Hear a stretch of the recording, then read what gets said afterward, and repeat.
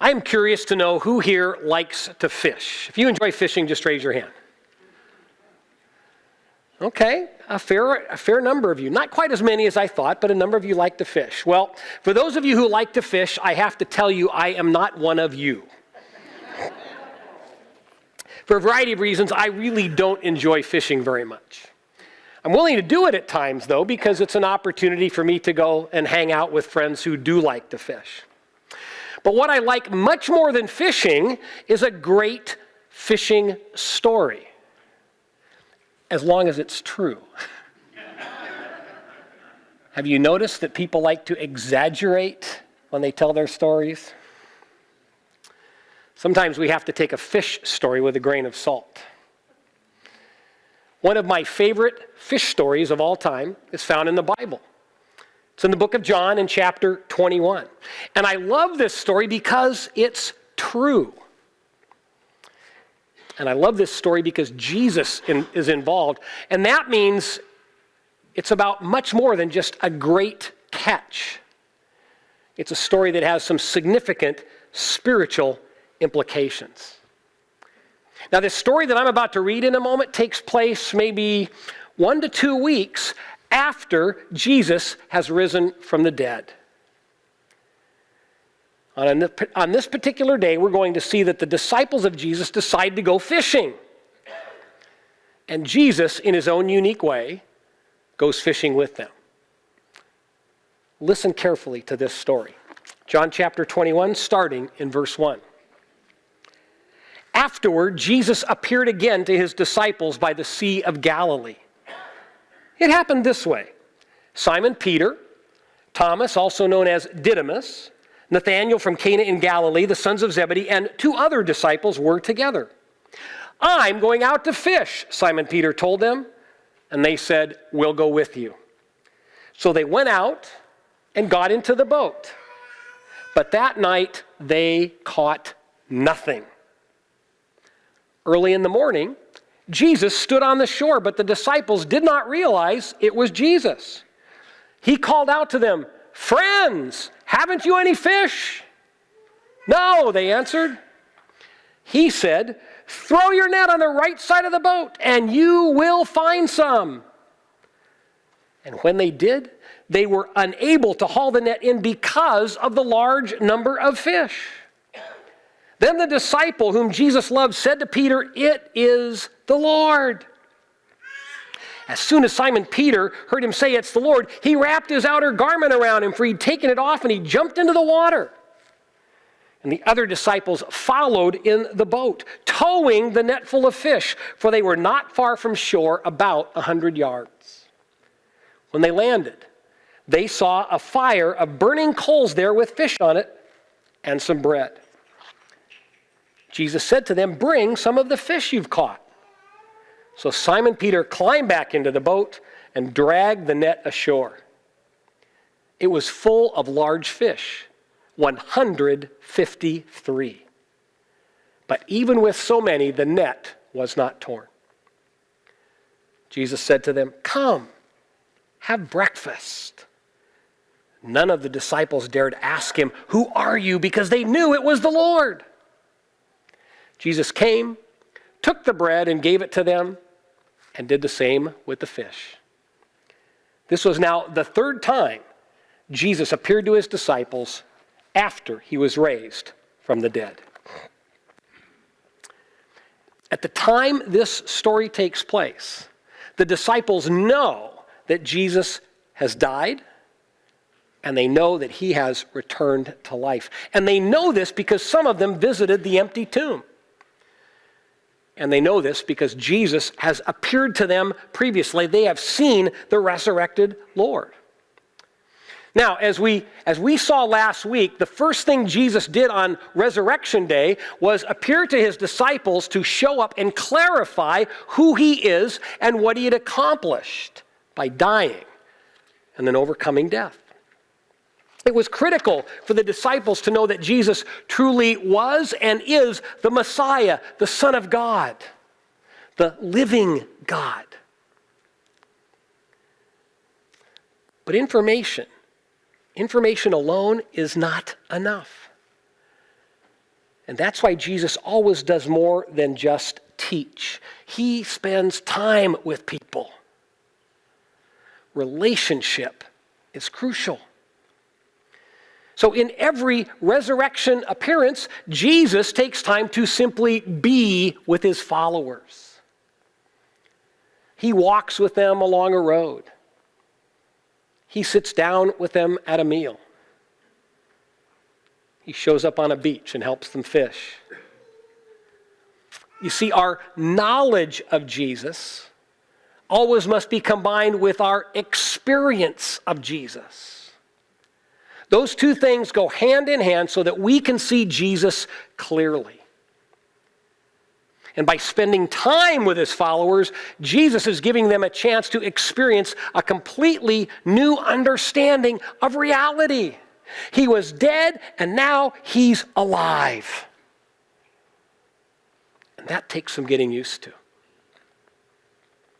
So he shows up again and again and again.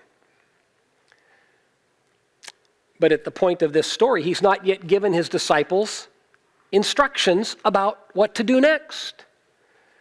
They have no marching orders. And from a practical standpoint, they still need to earn a living. Some of them are fishermen. And so on this particular night, they decide to go fishing so they can take care of themselves and meet their daily needs. Unfortunately, this fishing trip starts out badly.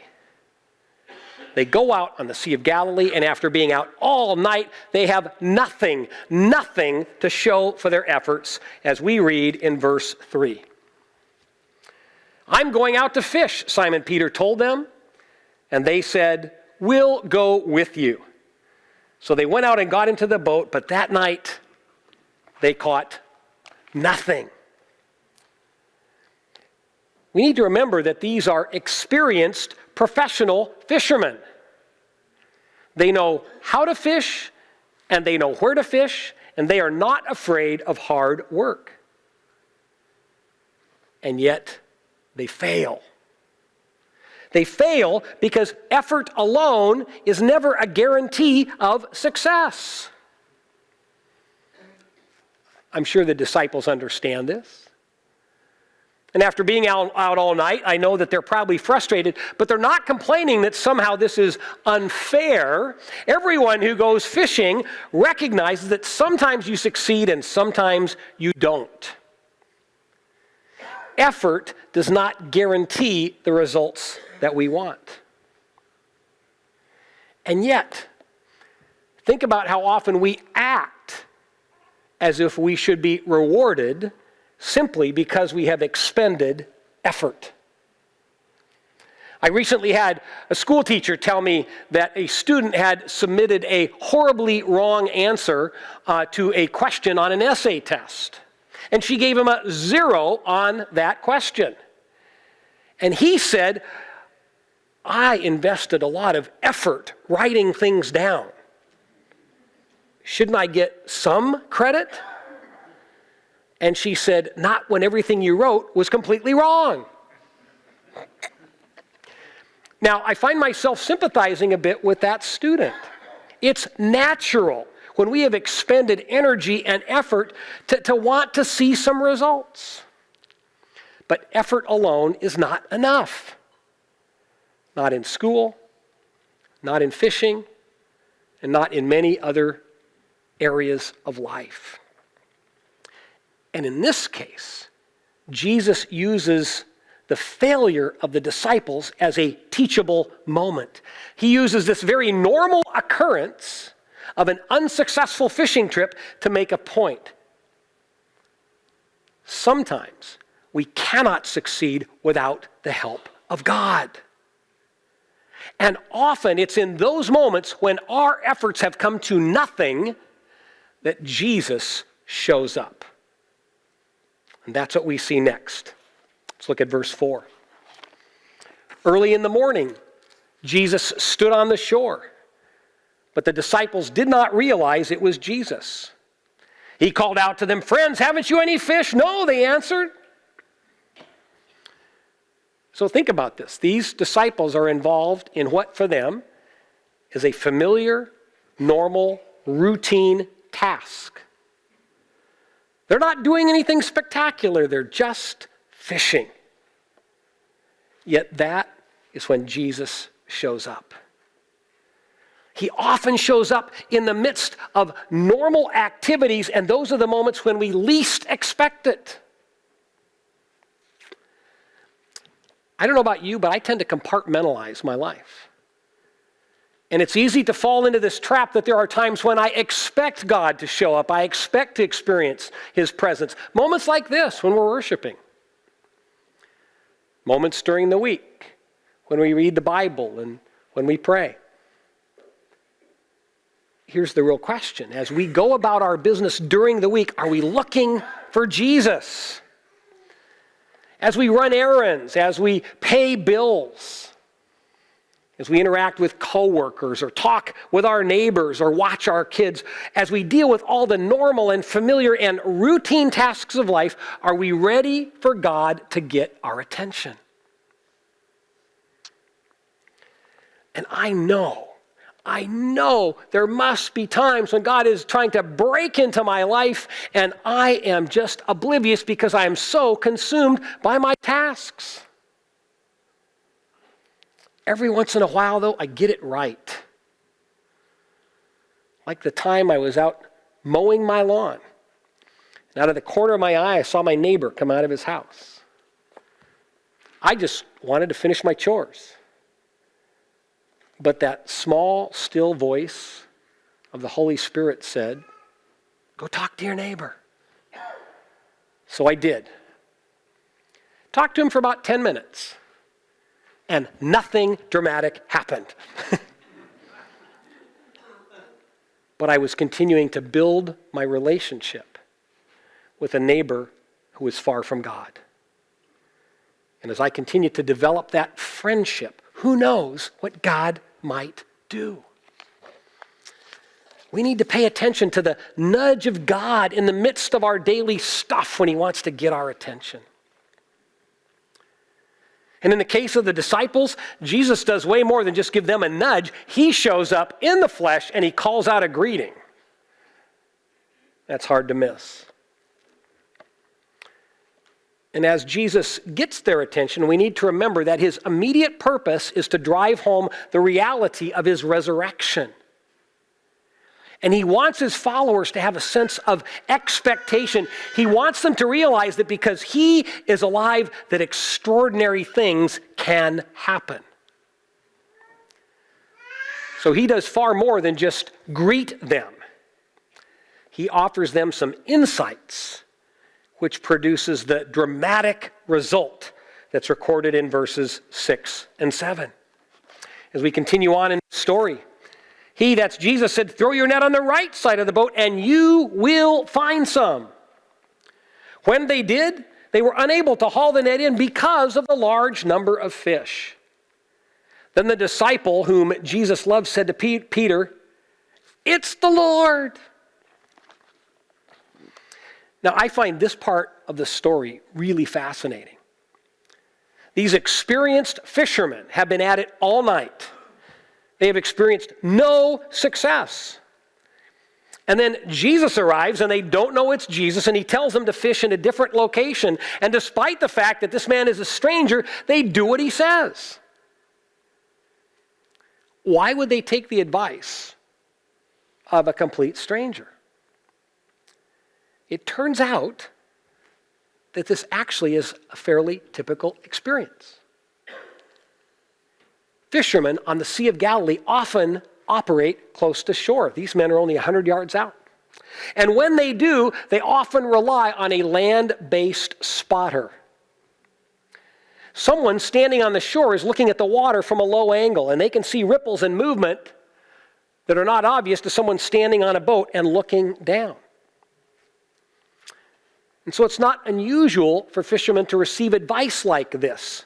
Sometimes they'll post a member of their crew on the shore to walk along and be their spotter, and sometimes it's a stranger who just happens to be out on the shore. And so when Jesus calls out and says, here's what I see, here's where you should fish, they respond and they immediately haul in a catch. But not just a normal catch. They are wildly successful. They are so overwhelmed by the number of fish that are in their net that a little later on, when they bring that net to shore, they count them. 153 fish. That is an amazing catch. And it's so heavy they can't even lift the net into the boat. And here's what's interesting. It's this series of events which causes them to recognize Jesus. It's a combination of his insight about where to fish, the extraordinary results, which demonstrate his ongoing care and concern for the well-being of the disciples. It's this experience that opens their eyes and enables them to realize that this stranger on the shore actually is Jesus.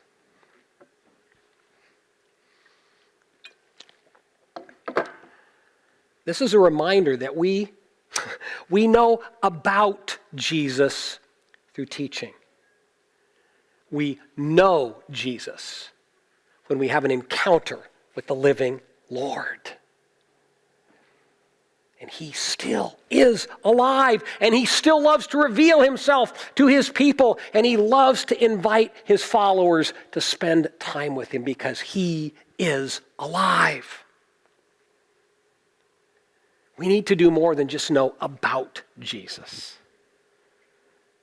We need to know Jesus.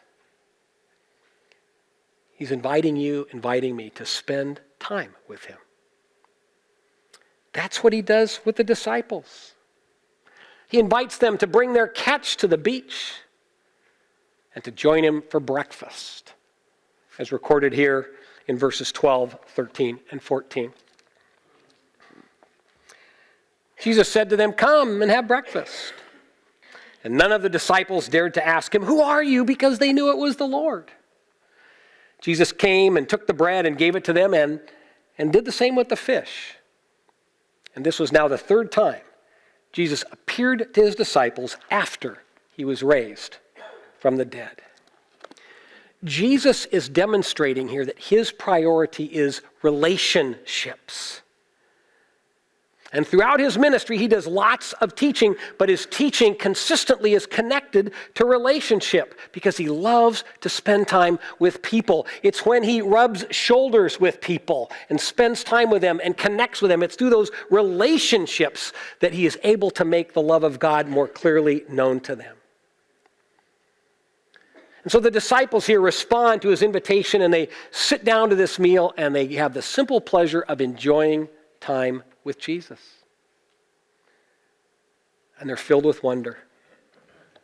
They're overwhelmed. Jesus really, truly still is alive. He's still doing dramatic things. He's still here with us. He's still watching out for us. He's still ensuring that our needs are met.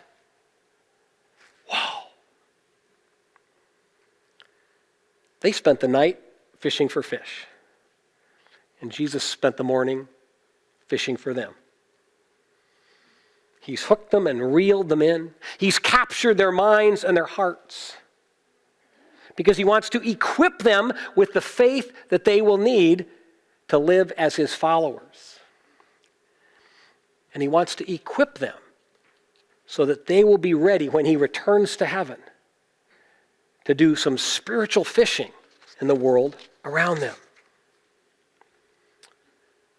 This is a great fish story. And it is a true story about Jesus helping his disciples in a way that verifies the reality of his resurrection. That's the immediate purpose of this story. And it's a story that we have in the Bible so that we too can know that Jesus rose from the grave and that he still is watching over his followers. But there's more to this story. You see, we always can learn simply by watching Jesus in action. And there are principles here that Jesus displays that can apply to other areas of life. Principles about our effort and the need for Jesus to step in and give us his wisdom and his insights. Principles about the importance of not just teaching, but relationships. And we can apply those principles to the way that we go about spiritually fishing as we try to draw people to God so they can experience firsthand the love of Jesus. And so as we think about this fish story, we learn that the disciples in the Bible were putting forth a lot of effort and not experiencing any results. That's why they needed Jesus to show up and offer some insight so they would start fishing in the right way. And in the same way, I think Jesus is telling us that we need to start spiritually fishing on a different side of the boat. We need to make some changes in the way that we're doing things. And why is that? It's because if we're honest, our current efforts are not producing much results.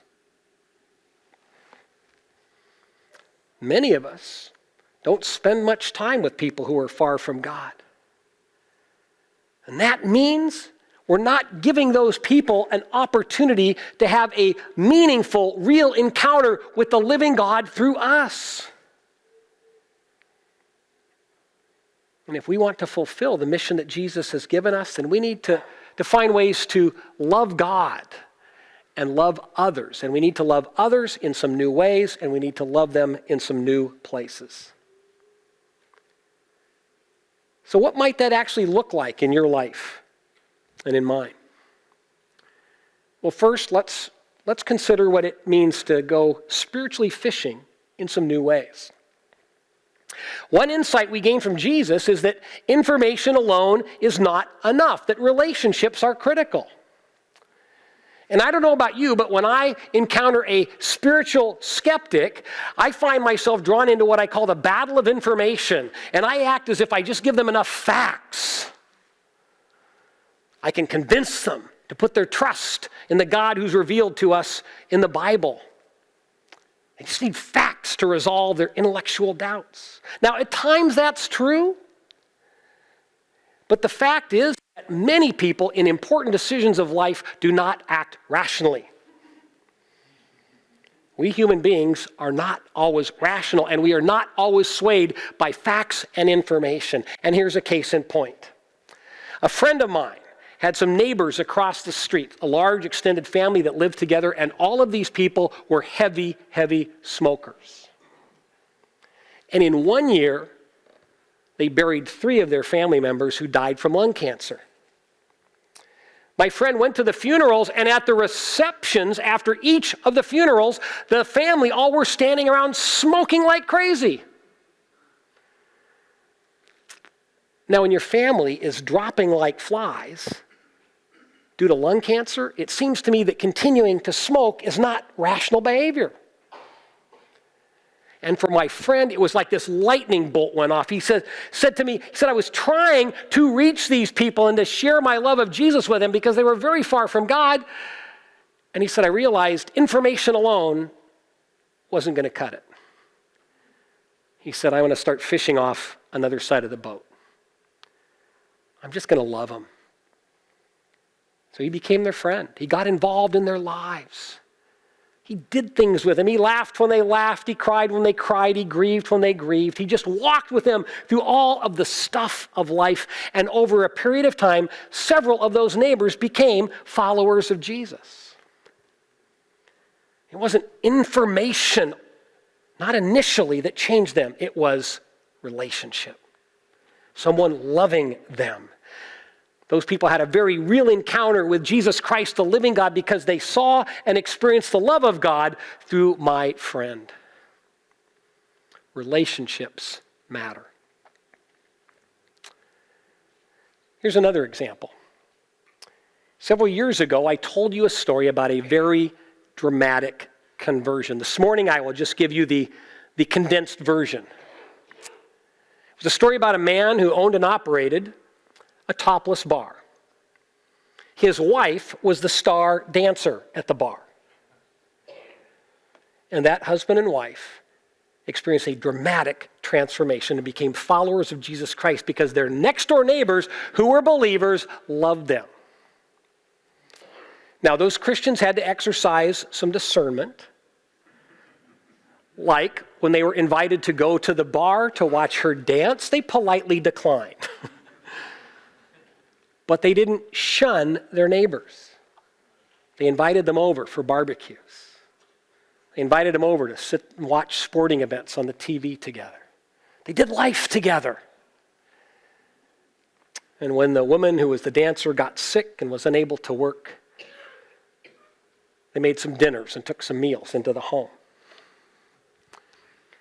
And over time, over quite a bit of time actually, that very unspiritual couple started to get curious.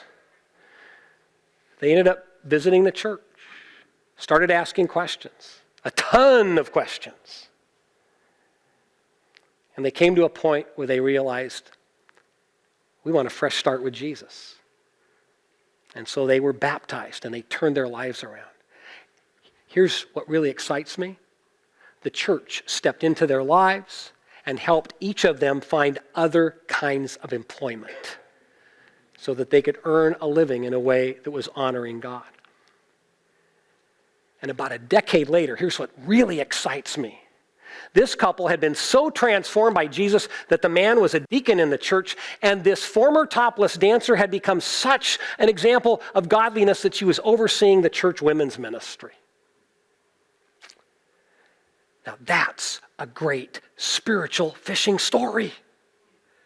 A story about lives that are completely transformed because a Christian neighbor said, we will love you and we will walk alongside you through the ups and downs of life.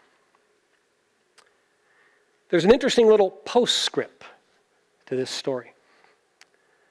As I said, I shared that story during a Sunday morning sermon several years ago. After the sermon, after the service, I walked out in the lobby and I was confronted verbally by a man who no longer attends this church.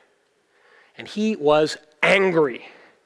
He said, you never, never, never encourage Christians to hang out with ungodly people. They will corrupt us. They will stain our reputations. They will soil us and drag us into sin. Wow. And I said, that's not the example of Jesus. The Bible makes it very clear that he did not care about his reputation. He cared that people were spiritually lost. He was fishing for souls. So he hung out with all kinds of people, even some pretty disreputable people, because that was the way to expose them to God's love. And we are asked to follow his example. And sadly, this man wasn't buying it. He was living what I call the fortress mentality approach to life. And that's a lifestyle where we try to barricade ourselves against the world and we try to insulate and isolate ourselves so that we will have very minimal contact with people who are far from God. And why do Christians sometimes do that? I think we do it usually out of fear. We fear that those kinds of people will make us very uncomfortable. We fear that they will somehow stain us. But we cannot, in this area of life or any area of life, let ourselves be motivated by fear. In the book of 1 John chapter 4, we read that a person who fears is not living in God's love because God's perfect love can drive out all, not some, but all of our fears. The people of God do not need to be afraid of anyone or anything. And here's the worst thing of all. If we adopt a fortress mentality and live life with that attitude, we're telling the world we won't associate with you until you clean up your act. And I think that breaks the heart of Jesus. He lived in the midst of a very messy world. A world that was much more crude and harsh and vulgar than ours. Yet he spent time with all kinds of people because relationships matter. And it was through relationships that Jesus could demonstrate God's love. And he invites us as his followers to do the same thing. I think there is a significant challenge and a significant invitation for us in this passage that we need to learn to fish in some new ways. And we need to learn to fish in some new places. Now, we can do spiritual fishing anywhere. But this morning, I want to suggest a specific place where you and I can go spiritually fishing. It's in our neighborhoods. In your program this morning, there is a sheet titled My Neighbor Relationships. It looks like this. We have a copy of part of it for you on the screen. And the heart of this sheet is 9 boxes, as you can see here. And these boxes represent the place where you live and your 8 closest neighbors. So if you live in a home, it could be the people on either side of you, the people across the street, the people that back up to you. If you live in an apartment, maybe it's the people along your hall or maybe down the hall and around the corner. You can figure out who your closest neighbors are. But who are your closest neighbors? And then to challenge us and encourage us to do some spiritual fishing in this place, that sheet has some questions on it. Let's take a look at these questions. Do I know the names of any of my close neighbors? Do I know what any of these neighbors do for a living? Do I know what hobbies they enjoy? Do I know any of their hopes, hurts, or dreams? When was the last time I spoke with them? Have I ever engaged in any kind of social activity with them? And what can I do to be a better neighbor? And what might happen if I start praying for them and for my relationship with them? I was introduced to this sheet by a pastor I know. He called it the sheet of shame. And I have to tell you that for me, that was my experience. You see, I'm sad to say that when I sat down with this sheet and started trying to fill in these boxes to put down some information about my 8 closest neighbors, most of the boxes were empty. A few of them had a first name only. Because I don't know my neighbors very well. And I have a sneaking suspicion that many of you don't either. But I believe that God has placed us in our neighborhoods on purpose, for a purpose. Neighborhoods create natural opportunities for us to connect with others if we're willing to take the time. And it might be that you might live in a more rural situation and you don't have close neighbors. Well, then think about this maybe as neighbors at your place of employment, the guy at the desk next to you, the woman who works in the office next to you, people that you rub shoulders with during the day as you work. You see, one way or another, we all have neighbors. And many of our neighbors are spiritually adrift. And we have the opportunity to touch their lives and draw them to Jesus. We've summarized all this in a very simple way in the Garden Way Church mission statement. We want to know him, to love him, and to share him. That very simple biblical statement summarizes our purpose as a community of faith, and we don't want to forget it, which is why we printed it out in the lobby above the gym doors. And I want to encourage you, every time you walk through our lobby, take a moment and read that mission statement. And say, Lord, today and throughout this week, how can I embrace that mission? How can I live it out? And we embrace that purpose when we take time to be with Jesus through things like prayer and Bible reading so we can know him better and experience more of his love. And we embrace this purpose when we look for opportunities to share Christ's love in practical ways with the people that he places around us. We're being invited to be the hands and feet of Jesus to our neighbors. Let's be willing to invest the time to get to know them. Let's get involved in their lives. And let's not approach them as a project. Let's go with one agenda only, to be a friend looking for opportunities to demonstrate the love of God. And then let's pray that over time, some of our neighbors, yours and mine, will have a life-changing encounter with Jesus, the living God, because you and I took the time to simply love them. So, I'm going to keep this sheet on my desk at home. I'm going to use these questions on this sheet as an incentive to motivate me to get to know my neighbors better and to be more intentional about building relationships with them. And as I learn things about my neighbors, I'm going to write that information down on this sheet so that during my times of prayer, I can pray for them more effectively and more intelligently. And along the way, I want to be open and available for Jesus to interrupt me and say, here's something you can do to demonstrate my love to this neighbor. I've been so challenged and convicted this week as I pondered over this passage and pondered its implications. And I am committed to following the advice of Jesus. I'm going to start fishing off the other side of the boat in my neighborhood. Will you join me? Will you join me in trying to reach the people God has placed around you? If we take this seriously, we can make a difference in our world.